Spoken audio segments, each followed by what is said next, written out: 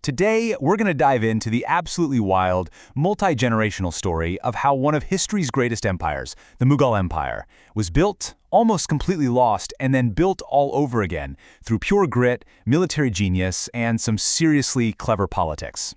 I mean, that's the ultimate question, isn't it? Is it all about having the biggest army, or is it about brilliant administration? Well, today we're going to look for the answer in the story of the Mughals, a saga that plays out really like a four-act drama. All right, so let's kick things off with our founder, Babur. Now, this guy had an incredible pedigree, a descendant of both Timur and Genghis Khan. He was a ruler from Central Asia who looked at the crumbling Delhi Sultanate in India and saw the opportunity of a lifetime. But believe me, his road to get there was anything but a straight line. You know, this timeline really puts his persistence into perspective. He gets a kingdom in 1494, but then he loses everything and spends years as a wanderer, a prince with no land.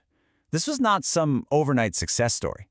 It took him almost 30 years of struggle before he finally got his shot at India, and even then, it was because a local governor invited him in to help overthrow the Sultan of Delhi. Okay, this is where it gets really interesting. At the Battle of Panipat, Babur was ridiculously outnumbered. But this slide just lays it out so perfectly. It shows how technology and tactics can completely demolish sheer numbers. Ibrahim Lodi had this huge, disorganized army. Babur, he brought a small, professional force with amazing cavalry and, this is the game changer, powerful artillery. It was something no one in India had really seen on this scale before. The result? A shocking, decisive victory that just shattered the Delhi Sultan. But hey, one victory doesn't build an empire, right? Babur's next big test came from the Rajputs, who were a seriously formidable military power. The Battle of Kanwa was an even harder fight, but once again, Babur's modern tactics won the day. And that right there is why this was so significant. It didn't just win a battle, it took out the last major roadblock to Mughal power, securing their future in India. But see, Babur wasn't just some warlord, he was a true intellectual. He wrote his own memoirs, the Baburnama, which is an incredible read, and he loved nature, building these beautiful gardens wherever he went. But for all his genius on the battlefield, he just never got around to building a real government. He left behind a territory that was held together by his own force of will, not by systems. And that, well, that left a massive problem for the next guy in line. And that brings us to Act 2, an empire interrupted. This is where we see just how fragile Babur's new empire really was.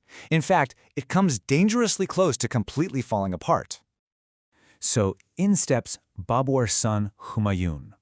He inherits the throne, but he also inherits all of its problems. He's got rivals everywhere, including his own family. And unlike his dad, he just wasn't a natural state builder. And you could see this brand new empire starting to come apart at the seams. And into this chaos steps one of the most capable leaders in Indian history, Sher Shah Suri. Starting out as just a minor noble, he was an absolute genius as a strategist and an administrator. He saw Humayun's weakness and knew it was his moment. This guy wasn't just some rebel. No, he was an empire builder in his own right. See, Sher Shah didn't just conquer territory, he knew how to govern it. I mean, just look at these reforms. He set up a sophisticated land tax system, built the Grand Trunk Road to boost trade, and created a standard silver coin, the rupiah. In just 5 years, he built the kind of efficient, well-run state that Humayun could only dream of. And here's the kicker, the real irony of it all. Many of these very systems would later be copied and perfected by the same Mughal Empire that he kicked out. So what happened to Humayun? After getting completely crushed by Sher Shah in 1540, he was forced to flee. For 15 long, hard years, he was a king without a kingdom, a wanderer, just like his father had been all those years ago. But, you know, history has a funny way of turning things around. After Sher Shah died, his dynasty started to crumble. Humayun saw his chance, got some help from Persia, and marched back into India to reclaim his father's throne in 1555. It was an incredible comeback story, but it didn't last. Just a year later, he died after accidentally falling down a flight of stairs. And that, of course, brings us to Act 3, and to the man who would finally take this shaky, twice-born kingdom and forge it into something that would last for centuries. Akbar the Great Builder. Just try to imagine the pressure. You're 13 years old. You inherit a throne that was just won back in a kingdom that's still incredibly unstable. You're basically a boy king surrounded by powerful warlords. The entire future of the Mughal dynasty is resting on your shoulders. It's a lot. So you've got to ask, right? How does a teenager pull this off when his own father couldn't? Well, he had a revolutionary idea, a philosophy called sul-i-kul, which means universal peace. Akbar realized that to rule a place as diverse as India, you couldn't just use force.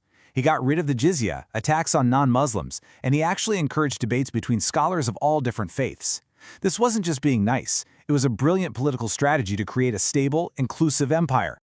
And he put this idea to work in the most brilliant way with his old enemies, the Rajputs. Instead of trying to crush them, he made them partners. He married Rajput princesses, gave their leaders high-ranking jobs in his army and government, and he respected their local autonomy. It was an absolutely genius move that turned the Mughals' toughest opponents into their most loyal allies. Akbar also took Sher Shah's administrative ideas and supercharged them, creating this really sophisticated, centralized system. He broke the empire into provinces, called subas, but the real genius here, and you can see it on the slide, was how he split the power. In each province, the subadar ran the military, but a different guy, the Diwan, controlled the money. By making them report to him separately, Akbar created a brilliant system of checks and balances. It made sure no governor could ever get powerful enough to challenge him. You know, Akbar's rule wasn't all about war and taxes. It was this incredible explosion of culture. His court was famous for the Navaratnas, or the 9 gems, basically the brightest minds of the time. You had the historian Abul Fazla, the financial wizard Raja Todmer Mal, the legendary musician Tansen. The list goes on. Akbar's court became this amazing melting pot that fostered a whole new fusion of Indian and Persian art, music, and literature. Okay, so that brings us to our final act, the foundations of a legacy. When you look back at it all, how did these 3 very different men, the conqueror, the guy who interrupted him, and the great builder, all end up contributing to the same lasting empire? This slide honestly just nails it. You have Babur, the military genius who kicked the door open and got the Mughals into India. Then you have Sher Shah, the guy who threw them out, but who, ironically, left behind the administrative blueprint for how to run the place. And finally, you have Akbar, the master consolidator, who took his grandfather's conquest and the usurper's systems and blended them all together with his own unique vision of tolerance and culture to build the truly magnificent Mughal Empire. So, we're back where we started. The story of the Mughals seems to tell us that there's no single magic ingredient. You need the conqueror to win the land, the administrator to create the systems, and the unifier to win over the people. It's a combination of all 3. But if you had to pick just one, which is the single most crucial ingredient that no empire can truly last without?